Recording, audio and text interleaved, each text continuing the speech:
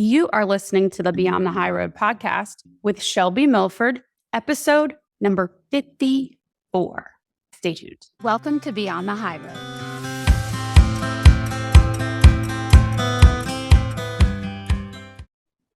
Hi, you guys. I am just finishing up the most delicious. I made this, I get sick of my, what I eat all the time. And then I get to this place where every so often, it's every few months or so, every 6 months, 9 months, where I'm like just eating for fuel and it's not at all really enjoyable. It's just something I have to do. If you guys live alone, which I love living alone, but love it. When it comes to cooking meals, it kind of does suck because it's just you. You know why. I do love when people come over, whether it's like my family or friends, and I get to cook because then the home feels homier. So anyway, I had been on that kick where I was just so bored of making food. It was a hassle. You get the drift, right? Well, the other day, I was looking for recipes. I was like, all right, let me see if I can find anything. When you're in that spot where you're like, man, nothing's out there. Everything sucks. Just like when you were a kid and you were like summertime, there's no food in this house. Well, I was looking for recipes. I was like, what could I make? Cuban food, being from Miami. So I've never really attempted to make like fried plantains and really any sort of Cuban food besides like black beans and rice, right? So I found this recipe. It took way longer to make than the recipe said last night because there were so many different components to it. But you guys, it is like I'm looking down at it like with loving eyes right now because it's like party in my mouth every bite. So if any of you are sick of your meals too and you like this sort of thing, so good. Okay, so instead of black beans and rice, I did black beans and quinoa. And I made the quinoa with like extra stuff so it doesn't taste so earthy because I don't love the taste of quinoa normally. It's earthy, right? But I mixed it with black beans and I also cooked it with onions and stuff like that first, like a sauteed and not yet caramelized, but softened the onions and red pepper and then quinoa, black beans. And then I cut the chicken up into little bite-sized pieces and marinated it in a homemade mojo. So with like orange juice and garlic, and you can look up homemade mojo. And then cilantro. And so I stuck that in the fridge just for like an hour and a half or so. And then I made fried plantains, which if you make it in like, I use coconut oil. People have differing opinions on how healthy that is. But I did a very thin layer on the bottom of the thing. So fried plantains. And then my neighbor, as far as neighbors go, he's like a buddy of mine. He had a bunch of ripe, beautiful, fresh papayas. So he brought over a papaya on Sunday. And so I used a whole half a papaya and made like, kind of like how you would make a mango salad, but I made it with papaya. So I had a mango here and it's not ripe yet. And I was like, oh, I have the papaya. So it's, cut up cubed papaya and then with lime and lime juice and cilantro and a red chili pepper. And I diced that up. It's not too spicy, the one that I got anyway. And then after all that stuff was prepared, that's why it took me so long because you have different pots or different pans were going all at the same time. It is kind of a pain in the butt the first time you make it, but now I think I could get into like a groove, like a rhythm with it. But then anyway, and so you cut up the chicken into bite-sized pieces before you marinate it, and then you just throw it and saute it. It is the easiest dish. It just happens to be that there's so many components because I made it into like a bowl. I don't know if you can see it. It is, you guys, like I said, it's amazing. It's like a party in my mouth. Like I have revived my pleasure with food, right? I'm back. I'm resurrected. Oh, I was awful there for a while. I was just like, oh, I have to eat again. What am I going to make? I don't want a sandwich. I didn't want any of the stuff. And this just got me like, it's so silly how the little simple things can remind you of what's out there, And that goes for pretty much anything, And that can be for, I said out there, like for dating, right? We think, oh, there's never going to be another person out there for me. I'll never go back in. I'm sure that when I decide to, which isn't now, that there are plenty, right? And same for you if you're in that boat. It's the same thing with like anything we do. In fact, this is not really what I was going to talk about today, but I think it's what's going on with me. So I think it might be helpful to share it. So what we're actually talking about today is going to be decisions, basically, regret and dread. And then on another occasion, I'll end up doing self-doubt.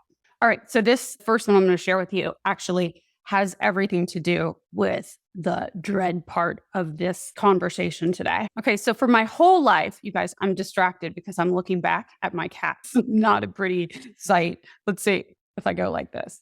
Okay. That was not fun for me, for sure. I'm still kind of distracted by it. Okay. So for my whole life, I have wanted a specific kind of car, particular make of car. It was in high school. In fact, maybe even earlier than that, because my mom had an MG when I was like a little girl. She had an MG BGT, and it's like this car. It's cute. It looks like a little Alfa Romeo Spider. Anyway, it's a car that for as long as I can remember, I wanted. And then a few years back, I was at the mall in Austin, and I saw this car from I was way down the corridor, right? And I looked and I was like, what is that car? And I came closer up, and it was an SUV crossover, whatever. And it was an Alfa Romeo, but not the Spider, obviously. It was their crossover, the Stelvio. And I needed to have it. I so wanted this car. I mean, I wanted it so bad. And at the time, this was like 4 years ago, I guess, maybe something like that. It had been a while. At the time, there was no way that I saw for me to have this car. In fact, what I was driving around was nothing close to this. This was a $60,000 car. I don't tell you this to be snooty. You'll hear in a second. And so I'd always wanted it. And so I put it on my vision board. Around that time, I'd been a coach for a little while, but I was really still in the thick of it, still in a depression, or like on my way emerging out of it, So I was living up in the house in the hill. And so I put this car on my vision board, on my wallpaper of my laptop. It was smack dab in the middle of the collage. In fact, it's still there. But I knew that there was no way that I was going to be able to get it. In my mind, I was like, there's no way. Lo and behold, my lease is up on my other car, which was like a GMC, whatever. And I saw an ad on TV, and I called them, and the original price that these guys were quoting me was something astronomical that I could never afford. And I was like, forget this. This will never work. And then in dealings with them over like the next 3 weeks or so, I ended up getting, because of like the time, I think it was, this is back in 2021 when there was low inventory on stuff, and used cars were actually selling at a real high, and new cars were just not as high in demand. And so the deal that I got on this car, y'all, it was ridiculous, like dirt cheap. And I barely put any money into it, So I got this deal, once in a lifetime deal, and I ended up getting the car of my dreams, the car that was on my vision board, smack dab in the middle of my vision board. And I was like, holy shit, I cannot believe the way that, things work to your benefit if you're willing to lean into it. And so the lease was for 2 years. That lease was up this last April, and I didn't want it to be up. And so I called the leasing agency and asked for an extension. They gave me the 6 months. And guess what, guys? That extension is now almost up. In fact, it's in less than 2 weeks. And guess what I haven't done? I haven't gone car shopping at all. And so it doesn't make sense. I called the leasing agency just actually like a week ago, finally, just to see if it would make sense for me to buy it out, because I love this car. I mean, I drove from Texas to here, and the car still only has less than 10,000 miles on it. I don't drive very often. I work from home, right? And I live in a pretty much small town. I don't go very far.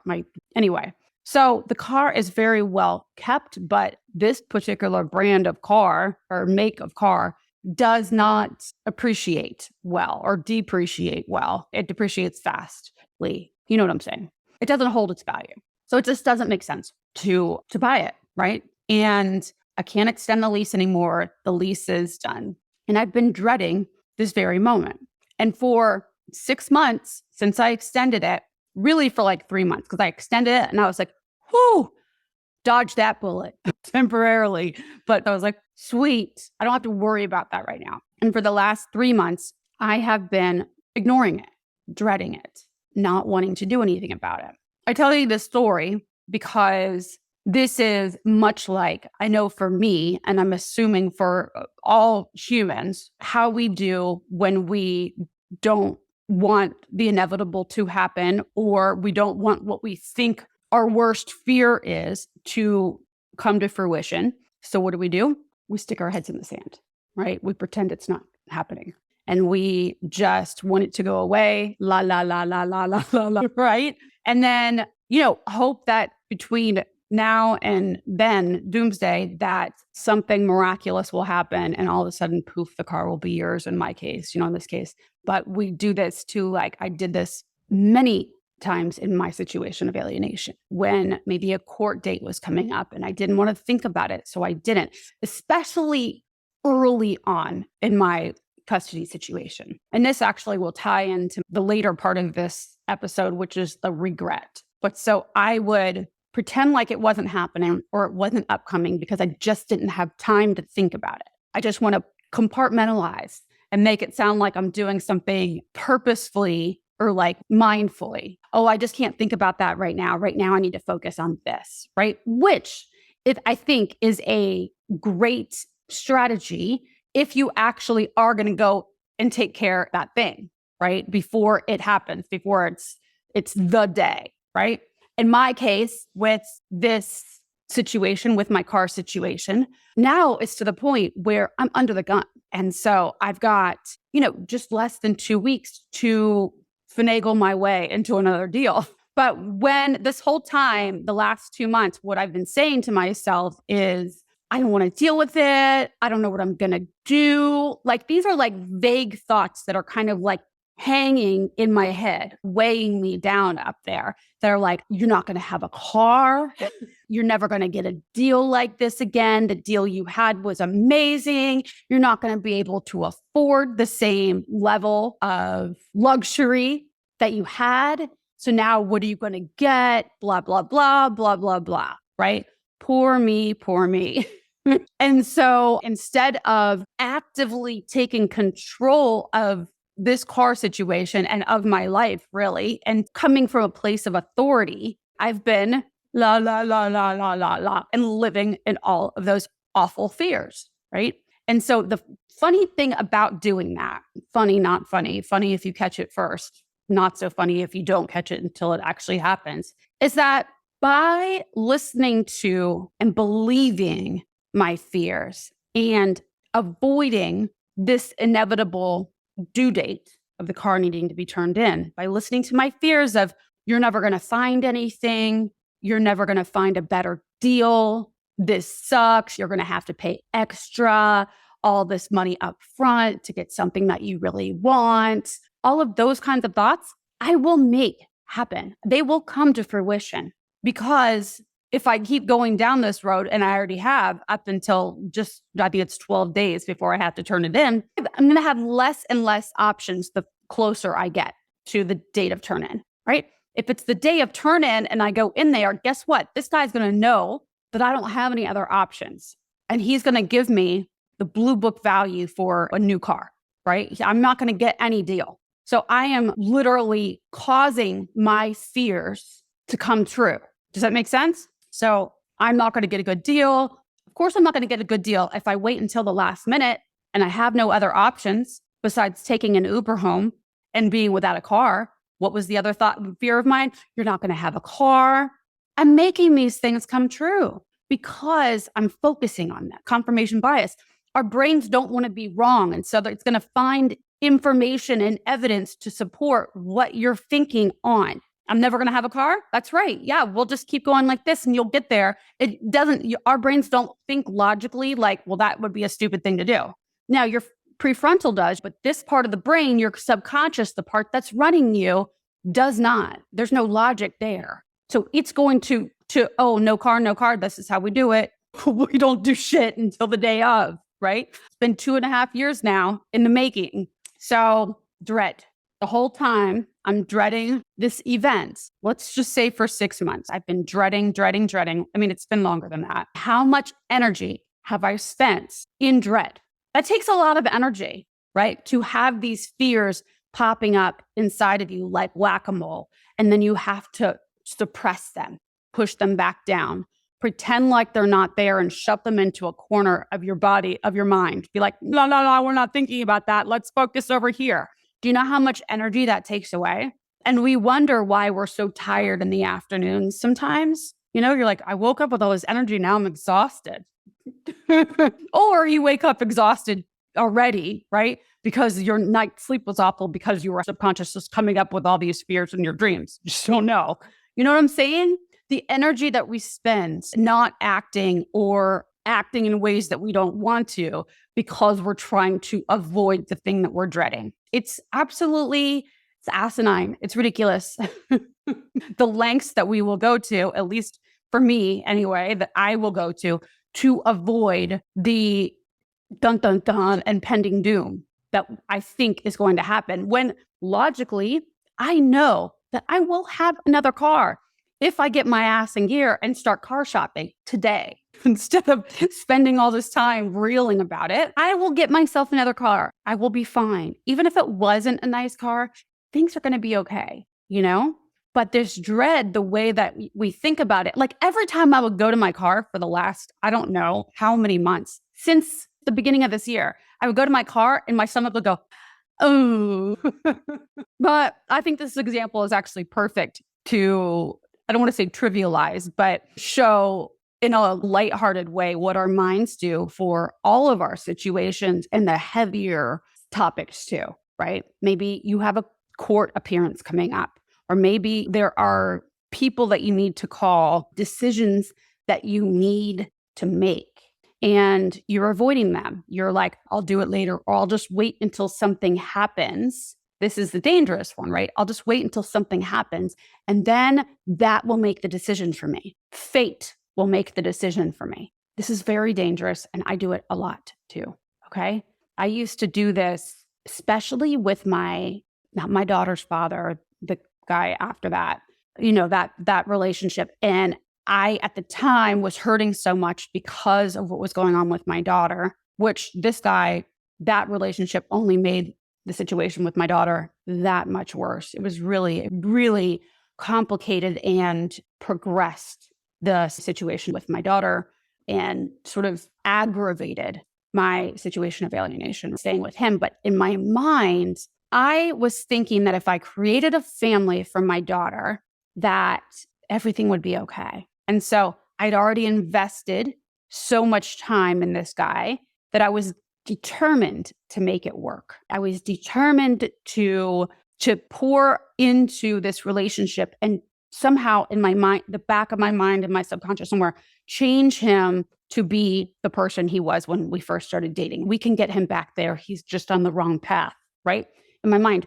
But what I was doing there was wasting a lot of energy. But my point about this was when I was in all that pain, I wanted to have faith and I wanted to trust that things were going to work out. God wouldn't want me to be in this place, in this valley, in this dark, deep, dark place. So this relationship must be for a reason. And so what I would say is I'm going to be the good Christian wife who was going to trust that what happened for a reason. But then what that gave me the permission, if you will, to do was to sit and idle, just waiting and not making any decisions with regard to my situation of alienation. And we talk about regret. This is one place that if I look back on my life and the decisions I made throughout this alienation, this is one area that I will tell you without a doubt that I do regret. I know I have compassion for myself. Like I know that in that spot, I was trying to, everything in me, this won't bring me to tears, but I was trying to do what was right and what was best for my daughter and for us, for my daughter and me, the situation, right? And so, although it was a very clouded view I had then, I know now that version of me that's all I could see. And I was trying to do right. But now looking back, of course, I have so much more clarity, right? So much has happened and I'm stepped away from that situation and I can look back and see where the error of my thinking was. The errors, many of them in my thinking were. My point of this is as far as wanting to sit back and allow things to run their course, and how things fall, how the chips fall is how they should be. That's fate. And that is me giving my will up and letting things do as they should or as they're supposed to. And then I can take that and make a decision from there. To now looking back, I know that this was a misinformed route. I think for anybody, aside from alienation, like, oh, I just won't pay the electricity. And then if it's supposed to get turned off, it gets turned off. No, right? Of course that's going to happen. So I don't think that that's the way to go in any part of our life. With my car, oh, I'll just see what happens. Maybe a deal will, this was a thought, is maybe a deal will just present itself to me. And then I'll know that that was the right decision. This was something I did often. Oh, well, I know that if I just keep on paying attention, something will present itself to me. It's something that, like, I didn't think this was going to be a long episode, but now that I'm thinking about it, there's a lot to say on this. It's something that, like, back in those days, I was really leaning hard into my faith in hopes, not that you should or shouldn't, and I'm not saying there's any good or bad or right or wrong in this area. If you do not lean into your faith by who and whatever you believe is God, it's neither here nor there for this conversation. But what I'm getting ready to say is I was really leaning hard into my faith at that time. And I was doing it in a way that was a little like misinformed. I keep wanting to say that, and a little bit glorified in where I was choosing to place my attention. I was looking more in the idealistic way. There was a particular person, Christian, non-denominational guy, that would come on TV on Sundays, and I would watch him, and based out of Houston. I'm sure you can figure out who I'm talking about. But the message that I got from him so much was, oh, well, God will always provide, and he wants you to be rich, and he wants you to have the good in your life and all of this stuff, right? And so I had this like, yeah, all right, I'm just going to let things happen. And as they present themselves to me, then I'll make the decisions. As if I look back on it now, as if I'm sitting in a throne somewhere and people are just going to come up and present a couple options, and then I go, boop. And then the next person is going to come up and present themselves. And then I pick the next one. And then it doesn't work that way, you know? Nobody's going to come and make life happen for me. Nobody is going to make my decisions for me, not the ones that I know that I can make with so much more expertise than for my own self. Do you know what I'm saying? Like, to deliberately make your own decisions thoughtfully, mindfully. It's a much more empowering place to live, rather than I'll just wait and see what presents itself. That I'll know then that is my path, right? It sounds pretty. It sounds like you are living a life of faith and knowing that things will work out in the end and la, la, la. And I don't mean to say that they won't, but I also don't think that this is the approach that we take when we are trying to rebuild and take charge of our lives. Yeah. This is a stance that somebody takes when things are going okay, when things are going fine. And if something presents itself, then great. And if it doesn't, then I'm okay without it too. That's a great stance to take. But when we're making decisions about changing the way that our lives look to our own selves, changing what is unacceptable to us, what we're tolerating in our lives, and what we're settling for, and what we don't want to settle for anymore, this la attitude does not work. It doesn't work. So my point of the first part of this is that making your decisions, knowing what your reasons are for making each, when you come to a fork in the road, you've heard me say this too, and I actually got this from one of my mentors, but you come to a fork in the road and you are deciding which way to choose. Make your decision based on reasons that you like your reasons for whatever you choose. Don't make your decisions based on like your emotions take you, or do it because you're running away from something. Sometimes we'll just make a decision because we don't want to deal with the other thing. And that's an awful reason to make the decision, if that's the only reason. So just like, I guess it's the same as the road less traveled, right? It may be rockier and may cause a level of discomfort to make the decision, the one that you believe in, to make that decision more often than not causes some discomfort to think about the hurdles that you might have to clear in getting to the end result. But if that's the decision that you know your gut is telling you is the correct one for you at this moment, then take that one. When you get to each one of those hurdles, each one of those little baby decisions along the way, know and trust that you will be able, you have the capability to complete and leap each one of those hurdles with plenty of clearance. Okay. So sometimes we have to break up the big decisions by like making that decision. We want to do that. And there's going to be a lot of little decisions along the way. And that's okay too. I will cross each one of those as I approach them. But always like your reasons for decisions for whatever it is that you are embarking on, right? Whichever way you turn. Okay. So whatever it is that you're dreading, you're usually only dreading because there's other decisions to make around it. For me, with the car, well, in order to make an educated decision, I need to go and break it up into little tasks. I need to find out whether I'm going to lease with the same car maker or if I'm going to go to a different one. Am I going to sell my car and then use that as a down payment and pay off my loan? Do I have enough equity or do I not? Do I want to just turn it in or turn it back into the dealer and stay with that brand? Do you know what I'm saying? Like these little decisions will make the bigger decision much easier to make. But when it's super vague and you're like, I have to go turn my car in, what am I going to do? Leaving that up in the air is the worst thing that you can do. And trust me, in my experience, I know this like firsthand, like clearly happening right now. I know that I can actually make these little decisions. I'm capable of it. I am more than capable. But if I don't make these decisions for myself, guess what? Something or somebody else will. And I definitely don't want that, right? I don't want to get to the point where it's the last day and my only choice is to turn it back into the dealer, right? That is unacceptable to me. And when I'm honest with myself, now it took me a while for me to get here, but when I'm honest with myself about that, like what am I fearful of and what's going to happen if I continue on this road of ignoring? Well, I'm going to make that come true.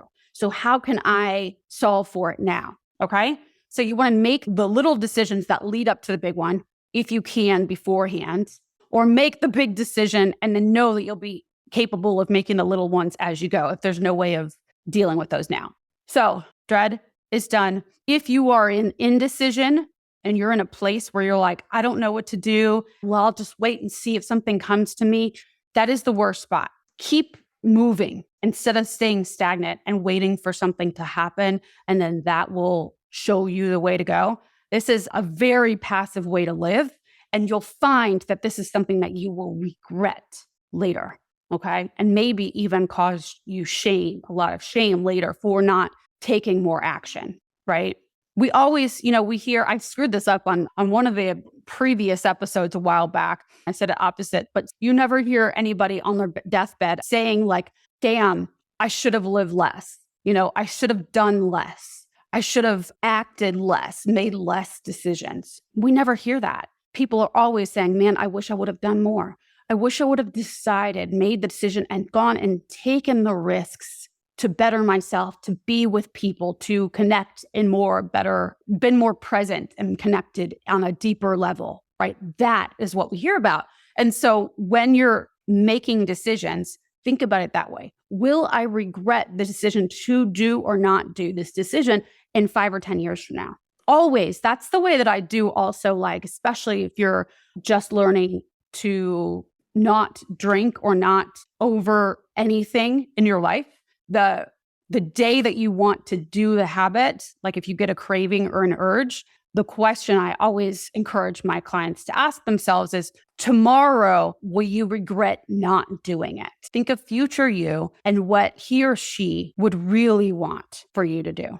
That's really the simple answer for it, is think of you 1, 5, 10 years down the road, looking back, the more evolved version of you. What would they want you to do? Okay. If you get to a quiet spot, you'll know what your answer is. And you already usually do if you're in a place of indecision right now. Because it's the answer that you kind of maybe either keeps you awake at night or maybe it is one of the first things that you think about when you wake up in the morning. But yeah, there's like a quiet voice inside of you that's like, this is what you need to do. This is what you don't need to do. And that voice will not be talking out of shame. That voice will not be like, you need to do this. You should know better. It's not that tone. It's the quiet, confident voice, right? Sure voice. That's like, this is what you need to do, you know? So there's that. Also, I think regret can be a very useful tool, a very useful emotion. If you're learning something, if you're taking whatever it is that you are actively regretting and you're able to then make amendments and changes in the way that you behave today. Okay. I think it's very useful. What's not useful is if you shame yourself and punish yourself about the thing that you regret. Okay. Oftentimes we don't make that distinction. There is a fine line there of using regret to grow you, to alter your now and future footsteps. You learn, okay, I did that and that did not help me at all. And now I'm going to try a different way. Just like I was talking about with my situation with my daughter and with the guy I was with, where, I have compassion for that me today. It would be, and it was easy for me years ago to really shame myself and God, how come you didn't see? Like, what is wrong with you? And to take on almost the voice that I heard in court when I was being cross-examined, when I was being looked at with contempt. And so that is definitely not the answer for me. And so I've even learned from that, right? And I know now that I can put myself back in that spot. And I can feel today the desperation that I felt back then in wanting to create an environment for my daughter that was supportive and loving and this family that I was trying to create for her. I know what I was doing. And so my heart was in the right place. It's just that my mind was so clouded with trauma, really, And so I know that now. And so I don't have to shame myself like I once did a lot for a long period of time. I really did. But so I can learn from the mistakes that I made back then. And now I know too that making decisions from a very active, authoritative, from my own life, place provides me with the most satisfaction. I feel accomplished, that I am intentioned and confident in my own knowledge and expertise on my own life and what I know is right for me today. And being able to take charge in most cases, other than my car here. It's so funny. I was laughing at myself because I'm like, I coach people all day long about making decisions and about being honest about what's in front of them and taking responsibility for their lives. And here I am with this car situation doing the same thing that I coach my clients to not do. So anyway, I thought it was funny. Or maybe I don't coach them to not do it, but to coach them through it so that they're making decisions with all of their decisions from a place of empowerment. And I was doing the exact opposite of that, right? And I wasn't making a decision and I was hoping it would just go away, disappear, poof into, I don't know. And all of a sudden, cars would drive up to my driveway and present themselves to me. I don't know what I was thinking, but it wasn't going to work. I was literally on the pathway to making all of those fears come true. So anyway, I hope that this helps somebody. Decisions, make them is really what I've got for you. Make them. And anytime that you are in dread, it's just because you're telling yourself that either you can't handle it, that the result is going to be awful, that it's just boils down to you can't handle it and you're not going to be able to overcome it. But I just want to encourage you to break that down. What can't you handle? Ask yourself. What can't you overcome? What is it you think is going to happen? And is it possible that by sticking your head in the sand, you will make that thing that you fear come true? This is amazing to look at because many, many, many, many times, in fact, I venture to say almost all of the times, by avoiding it, you will make that fear come true. Okay. So make the decisions, even if that means that you make little ones to get to the big one. Okay. Don't avoid them.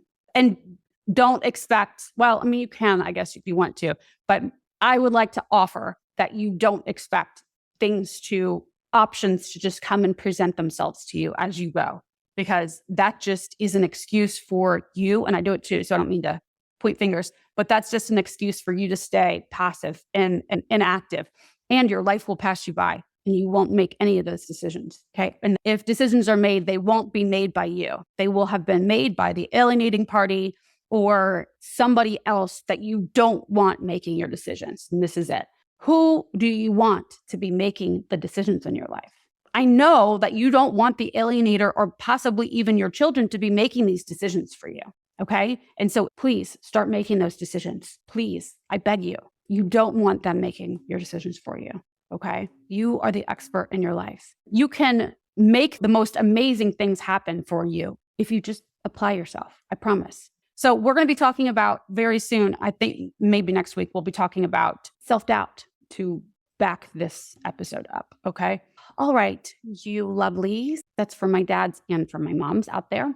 I love you guys. And I hope you have a wonderful, wonderful week. And don't forget to rate and review, please, please, please. Hey, for those of you who have been looking, can't find where to actually submit the review, if you're on Apple Podcasts, you have to scroll down. You're in the show page, like Beyond the High Road, and you have to scroll like past where you see all of the episodes listed, scroll down, like maybe I think they show you like 5 of the most recent episodes. And then once you get down to the bottom of that page, there will be this tiny little purple with an underline saying, write a review. It's tiny. Like you could miss it for sure. People miss it all the time. But yeah, it's there. Just says submit a review or write a review or something like that. Just scroll down. It's there. Okay, guys. Have a wonderful, and you guys also, you know what? In just 2 weeks, actually, I think on the date that my car needs to be turned in, 2 weeks will be our year anniversary. 1 whole year. It's the day that I turn my car in and have a new, shining, beautiful new car, hopefully. Anyway, all right. Talk to you soon. Thanks so much for listening today, guys. I'm honored that you chose to share your time with me. If you like what you've been hearing and you want more, come join me in the new monthly membership, where we take the concepts that you hear about here and, using a logical framework, you learn to apply them to your specific situations, upgrading your thoughts and your life, even while experiencing the grief of alienation. For more information, go to beyondthehighroad.com. See you soon.